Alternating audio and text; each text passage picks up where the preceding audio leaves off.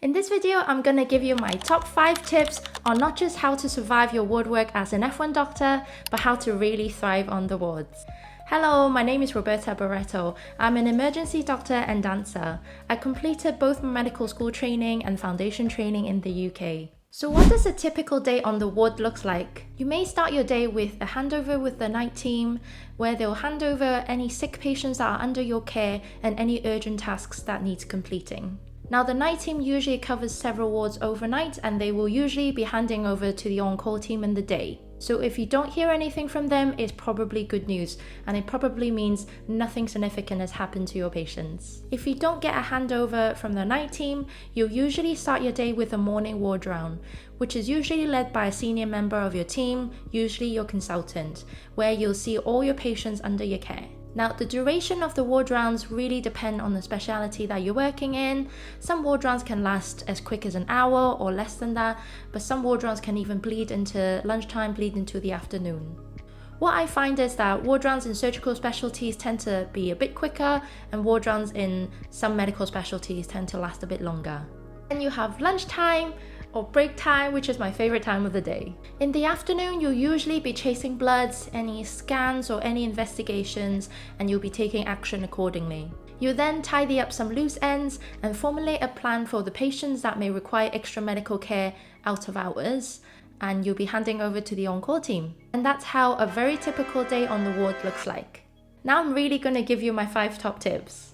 Tip number 1, be prepared for your ward rounds. Let's be honest, nobody wants a ward round that lasts all day. First up, you'll need an updated patient list containing all your patient names, their date of birth, their hospital numbers, their significant clinical details, any important blood or scan results, and any outstanding tasks. You can either prepare the list the day before, or you can come in a bit earlier before the ward round to do your list. Now, as the F1 doctor, you'll usually be the list master. Your team will probably expect you to lead the ward round. So you need to make sure you have a system. You usually review all your patients on the main wards before you see outliers. And it would also make sense to see bay 1 to 3 and from bed 1 to 6, for example. And when you're by the patient's bedside, make sure you check everything that is related to the patient. So for the actual ward round, make sure you get their medical notes ready, any important blood and scan results, and have a look at all the patient bedside observations. So that would include any fluid chart, stool chart, diet charts, and the medication charts. Now, you're probably gonna say,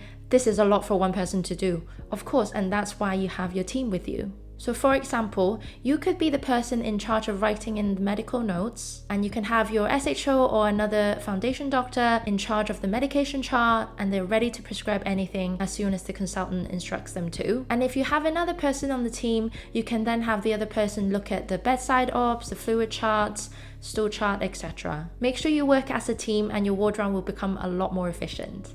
It's always good to know where everything is. Now, especially in the very busy ward rounds, it's always good to keep some commonly used forms handy. So that could be your continuation sheets or history sheets, any investigation request forms, any referral forms, or if your hospital is largely electronic, make sure you have those windows opened or easily accessible to you. So it's always very helpful to know where to find commonly used guidelines like microbial guidelines, VTE prophylaxis, end-of-life care protocols, etc. Many hospitals actually have very useful apps that you can use on your smartphones these days. Very common ones would be YOLAS for local hospital guidelines and national guidelines for various conditions.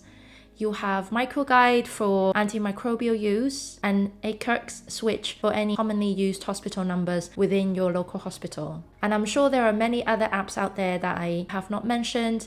A very easy way to find out about these apps would be to ask the existing doctors or the F1 doctor that you're shadowing on your shadowing week before you start your job. I'm sure they'll be able to give you plenty of recommendations. Now, if your hospital is mainly paperless or largely switched to electronic, which means all your patient notes, all your prescriptions, etc. will be on the computer, make sure your computer is well charged for the duration of the ward round, or at least know where all the plugs are on the wards, so you never run out of battery and no one will be panicking. This is quite an important note. Your pen and your stethoscope are very important assets when you're in the hospital. You can lose pens and gain pens very easily. I swear pen is like a currency in the hospital. And also with your stethoscope, usually with medical ward rounds you'll be fine. But for certain surgical ward rounds, sometimes your consultant might borrow your stethoscope and forget to return them. That has happened to me quite a few times. So make sure you always ask for your stethoscope back and your pen back. If you work on the surgical ward, make sure you also have a skin marker in your pocket. It'll save you a lot of time running around looking for one. Tip number 2, be a team player. We need to understand that we can't do everything ourselves. As doctors, in order for us to do our jobs, we actually have to rely on a lot of other healthcare workers too. For example, we often come up with the plan and the nursing staff are the ones who execute them. So they monitor patients' bedside observations, they monitor their diet, their inputs and outputs. We have physiotherapists and occupational therapists that are crucial to the patient's rehabilitation. We have pharmacists that double check our drug charts, check the patient's medications, sort out their discharge meds, and many more. Then we also have ward clerks that sort out our paperwork. They send off referrals to other specialities for us. They can send any letters outside of the hospitals. There are just so many people to mention, but you get the idea. So my point is just to be nice and respectful to anyone, irrespective of their job roles. It will create a much more positive working environment for everyone. A great way to build a good rapport with your patients and your other colleagues is to introduce yourself. Your first impression lasts, we all know that. Now, some patients could be admitted for a long period of time, it could be weeks, could be days. Some patients may already be there before you start your job. Now, some of them may struggle with new faces, so introducing yourself to them as the doctor that is looking after them will put them at ease and you'll have a much better working relationship with them. And same goes with your colleagues as well. Getting to know your colleagues by their name will make your work life much more smoother. Without sounding like a complete user, a lot of people will be more willing to help you if they already know you. So don't be afraid to engage in friendly conversations with your colleagues that are not on your team or colleagues that are in a different job role entirely. As long as you're not spending hours and hours chatting away and affecting your clinical work. Tip number 3, learn to prioritize and manage your time well. The golden rule here is really to prioritize all your urgent tasks and time-consuming tasks first, and the rest can be done in any order. So for example, during a ward round, your consultant asks for an echo, a cardiology review, and they want you to add on a D-dimer, and they want you to also update the patient's family. What order would you do that in? Now for me, depending on the day and the circumstances, as soon as I finish writing notes for my consultant on the ward round, I'd then go off and start doing some of these jobs. So I would put on an add-on request to an existing blood sample, send it off to the lab, then I would request for the echo, and again send off the request form, and then as soon as I get a chance I will write my cardiology referral form. Obviously that takes slightly longer than the other 2 requests, so I would either do that in between seeing patients during the ward round or I would do it immediately after the ward round. So then finally I would then update the patient's family when all my urgent tasks are done. So obviously all the above jobs are important, but I've just done them in order to get all the urgent ones and the time-consuming ones out of the way. So my reasoning for doing the blood tests and echo request first is because it takes time for the laboratory staff to process your sample, and it also takes time for the echo department to arrange an appointment for your patient. And then I would do the cardiology referral because hopefully by the time the cardiology team sees your patient, hopefully the blood test and the echo would have already been done or at least in progress. And that will also make it much easier for you to update your patient's family as well, with all the information and the plan from the cardiology team. Now obviously this order of tasks can change depending on the circumstances. Let's say if you have a very sick patient or an acutely deteriorating patient, you would want to get the family involved as soon as possible and keep them up to date for everything that you do. Now if you manage your time properly, you should never have to miss your break. Make sure you always take your break.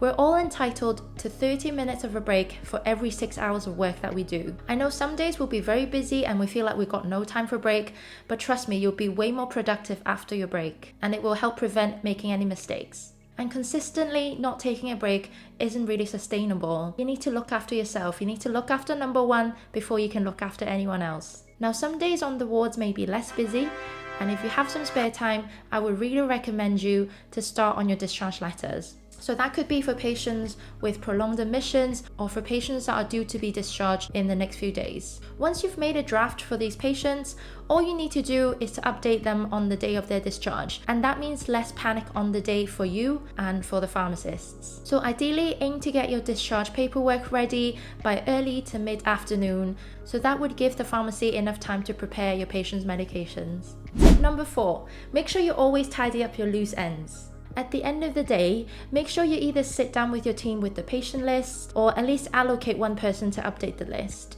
Because 1, it's easier to follow for the ward round for the next day, and 2, you can check whether you've completed all the tasks that need completing that day. And always make sure you hand over sick patients or any potentially deteriorating patients to the on-call team. So for example, you've just seen a sick patient at the end of your shift and you've requested for a CT scan, but you won't be around to follow up with the results. So in that case, you need to hand over to the on-call team, ask them to chase the CT scan for you and give them a plan if anything significant shows up on there. But it's not acceptable to hand over to the on-call team to rewrite your drug chart, for example. Because when you're busy on call, there's nothing worse than having to complete ward jobs that could have been done by the day team. And when I say we need to tidy up our loose ends, I don't just mean at the end of your day, you also got to do it at the end of a week. Usually on a Friday before the weekend, including bank holiday weekends, try your best to preempt any jobs for the on-call team. Try and prepare them and put them on the handover lists. So before you go home, make sure you check all the medication charts for all your patients. Make sure you rewrite all the drug charts so the on-call team doesn't have to do that. Make sure you've charted all the time-critical meds, including Parkinson's meds, anticoagulants, and certain antibiotics like gentamicin, vancomycin, and any drug levels need checking. Make sure you put out the blood forms and let the nurses know. And as I mentioned in the last section, try and draft your discharge letters and take-homes for patients who are due to be discharged over the weekend. It's actually a lot easier for you to prepare the discharge letters and take-homes for your patient than for the on-call team who doesn't know your patients to do that. And it will also save them a lot of time during the busy on-call shifts. Tip number 5, and also my final tip, be kind with your handovers. Try to be as concise as possible. The on-call team has a large number of patients to look after, so make sure you only tell them what they need to know.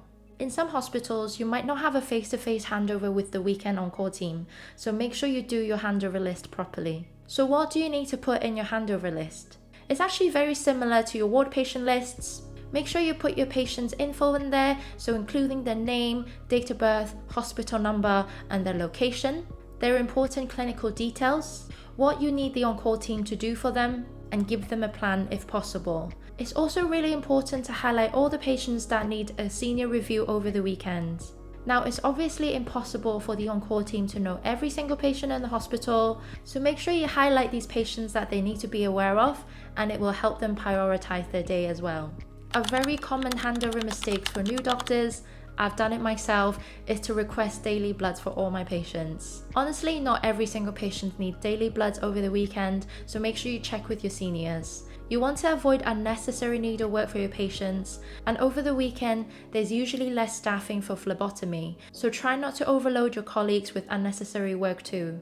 Final note, your ward jobs may seem daunting at first, but it will get easier, I promise.